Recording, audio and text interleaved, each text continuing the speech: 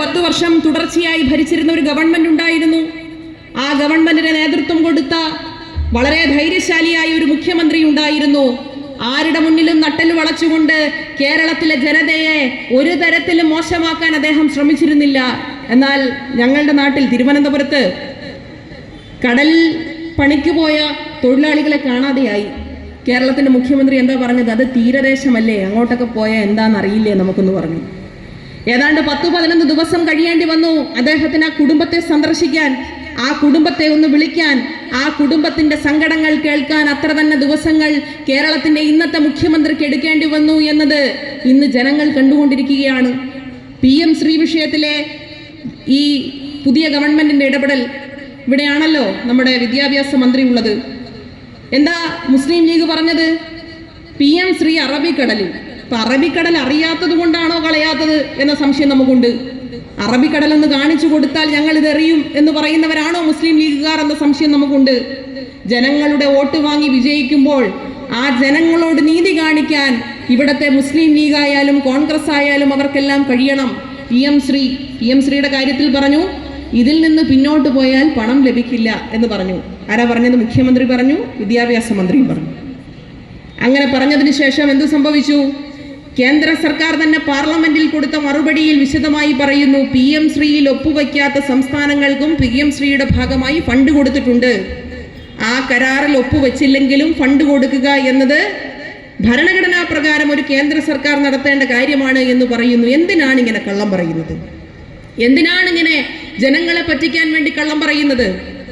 PM Shri ഉൾപ്പെടെയുള്ള വിഷയങ്ങൾ, PMAY പദ്ധതി നമുക്കറിയാം. സാധാരണക്കാരായ ജനങ്ങൾക്ക് വീട് വെച്ചു കൊടുക്കുന്നതിന് സർക്കാർ ഏറ്റെടുത്തിട്ടുള്ള പദ്ധതി. അതിൽ ഒരുപടി മുന്നിലേക്ക് ഏതാണ്ട് അതേ തുക തന്നെ തദ്ദേശ സ്വയംഭരണ സ്ഥാപനങ്ങളും കേരളത്തിലെ സർക്കാരും ചേർന്നുകൊണ്ട് ഏറ്റവും അധികം വീട് വെച്ച കാലഘട്ടമാണ് നമ്മളെ സംബന്ധിച്ചിടത്തോളം കടന്നുപോയത്. എനിക്ക് വ്യക്തിപരമായ അഭിമാനമുണ്ട്. ഞാൻ നേതൃത്വം കൊടുത്തിരുന്ന തിരുവനന്തപുരത്തെ, ഞങ്ങളെല്ലാം നേതൃത്വം കൊടുത്തിരുന്ന തിരുവനന്തപുരം നഗരസഭയാണ് ഈ കാലയളവിൽ കേരളത്തിൽ രാജ്യത്ത് തന്നെ ഏറ്റവും മുൻപന്തിയിൽ ഏറ്റവും കൂടുതൽ വീട് കൊടുത്ത തദ്ദേശ സ്വയംഭരണ സ്ഥാപനം. ഞങ്ങൾ ആരും അവരോട് പറഞ്ഞില്ല, നിങ്ങൾക്ക് ഈ പണം തരണമെങ്കിൽ, നിങ്ങൾക്ക് ഈ പണം വീട് വയ്ക്കുന്നതിനു വേണ്ടി തരണമെങ്കിൽ നിങ്ങളുടെ വീടിന്റെ മുന്നിൽ, വീട് നിർമ്മിച്ചു കഴിഞ്ഞാൽ നിങ്ങളുടെ വീടിന് മുന്നിൽ ഒരു ചാപ്പ കുത്തണമെന്ന് ഞങ്ങൾ ആരും പറഞ്ഞില്ല. അതിൽ ഞാൻ നേരത്തെ സൂചിപ്പിച്ചതുപോലെ തന്നെ കേന്ദ്ര സർക്കാർ നൽകുന്നതിനേക്കാൾ ഒരു പടി മുന്നിലാണ് സംസ്ഥാന സർക്കാരും തദ്ദേശ സ്വയംഭരണ സ്ഥാപനവും നൽകുന്ന പണം. അങ്ങനെ കൂടുതൽ തുക ഒരു പദ്ധതിക്ക് വേണ്ടി കൊടുത്തിട്ട് നമ്മൾ ആരും അവരോട് പറഞ്ഞില്ല. കേരളത്തിന്റെ മുഖ്യമന്ത്രി പറഞ്ഞില്ല, കേരളത്തിന്റെ തദ്ദേശ വകുപ്പ് മന്ത്രി പറഞ്ഞില്ല, കേരളത്തിന്റെ ജനപ്രതിനിധികൾ ആരും പറഞ്ഞില്ല, നിങ്ങളുടെ വീടിന്റെ മുന്നിൽ ഞങ്ങളാണ് നിങ്ങൾക്ക് പണം തന്നത് എന്ന ചാപ്പ കുത്തണമെന്ന്. അഭിമാനത്തോടുകൂടി ജീവിക്കാൻ നിങ്ങൾക്ക് കഴിയണമെന്ന് കേരളത്തിന്റെ മുഖ്യമന്ത്രി, അന്നത്തെ മുഖ്യമന്ത്രി ശ്രീ പിണറായി വിജയൻ, സഖാവ് പിണറായി വിജയൻ അഭിമാനത്തോടുകൂടി ജനങ്ങളുടെ മുന്നിൽ പറഞ്ഞു. അങ്ങനെ അഭിമാനത്തോടുകൂടി പറഞ്ഞപ്പോഴും കേന്ദ്ര സർക്കാർ പറഞ്ഞു, അങ്ങനെയാണെങ്കിൽ ഞങ്ങളുടെ പണം തരില്ല. നിങ്ങളുടെ പണത്തിന് മുന്നിൽ എൻ്റെ ജനതയുടെ, എൻ്റെ ജനങ്ങളുടെ അഭിമാനത്തെ പണയം വയ്ക്കാൻ കഴിയില്ല എന്ന് പറഞ്ഞ ധീരനായ അന്നത്തെ കേരളത്തിലെ മുഖ്യമന്ത്രിയുടെ പേരാണ് ശ്രീ പിണറായി വിജയൻ. അങ്ങനെ ഒരു മുഖ്യമന്ത്രി ഉണ്ടായിരുന്ന നാടാണ് ഈ കേരളം. ഞാൻ നേരത്തെ പറഞ്ഞതുപോലെ മത്സ്യത്തൊഴിലാളികളുടെ പ്രശ്നം വന്നാൽ അവർ നമ്മുടെ സൈന്യമാണ് എന്ന് പറഞ്ഞ് ചേർത്ത് പിടിച്ച കേരളത്തിന്റെ മുഖ്യമന്ത്രി, അന്നത്തെ മുഖ്യമന്ത്രി ഉള്ള നാടാണ് ഈ കേരളം. എന്താ നമ്മൾ ഇന്ന് കാണുന്നത്?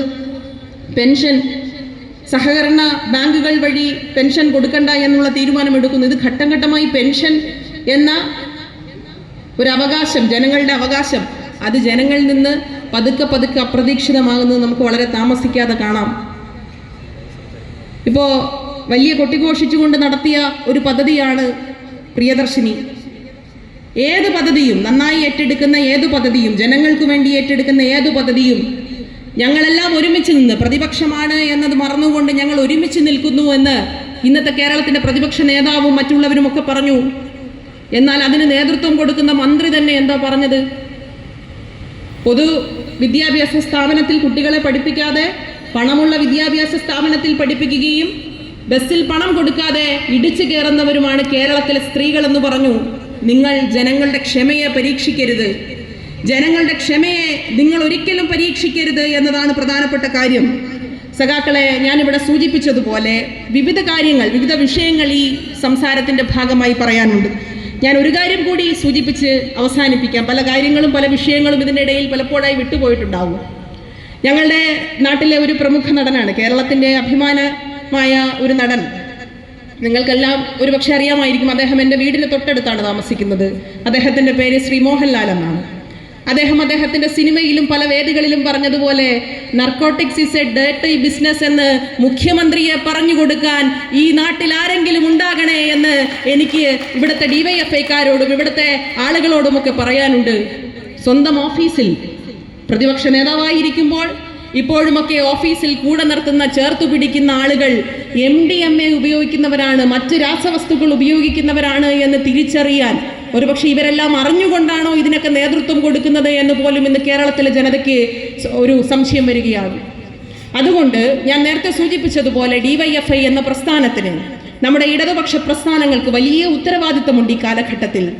ജനതയെ മുന്നോട്ട് നയിക്കുന്നതിന്, ജനങ്ങളുടെ വിഷയത്തിൽ ഇടപെടുന്നതിന്, ജനങ്ങളുടെ പ്രശ്നം മനസ്സിലാക്കിക്കൊണ്ട് അവരോടൊപ്പം ചേർന്ന് നിൽക്കുന്നതിന്, സമര പോരാട്ടങ്ങൾ എടുക്കുന്നതിന്, സമര പോരാട്ടങ്ങൾ പോലെ തന്നെ കേരളത്തിൽ ഒരു ദുരിതമുണ്ടായാൽ, വയനാട് പോലെയുള്ള ദുരിതമുണ്ടായാൽ, ഇവിടെ ഈ ടീഷർട്ട് ഇട്ടുകൊണ്ടിരിക്കുന്ന ചെറുപ്പക്കാരെല്ലാം ചേർന്ന് നിന്നുകൊണ്ട്, ഈ പാലക്കാട് മണ്ണാർക്കാട് ഒരു ദുരിതമുണ്ടായാൽ ഈ ടീഷർട്ട് ഇട്ടിരിക്കുന്നവരെല്ലാം ഒരുമിച്ച് നിന്നുകൊണ്ട് ഈ ജനതയെ സംരക്ഷിക്കുന്നത് പോലെയുള്ള സംരക്ഷണ പ്രവർത്തനങ്ങൾ ഏറ്റെടുക്കുന്നത് ഉൾപ്പെടെ ജനങ്ങളുമായി ബന്ധപ്പെട്ട എല്ലാ വിഷയത്തിലും ഇടപെടാനും സമര പോരാട്ടങ്ങൾക്ക് നേതൃത്വം വഹിക്കാനും വലിയ സമയം നമ്മളെ സംബന്ധിച്ചിടത്തോളം അടുത്തു വന്നു കഴിഞ്ഞു, നമ്മൾ ഏറ്റെടുത്തു കഴിഞ്ഞിരിക്കുകയാണ്.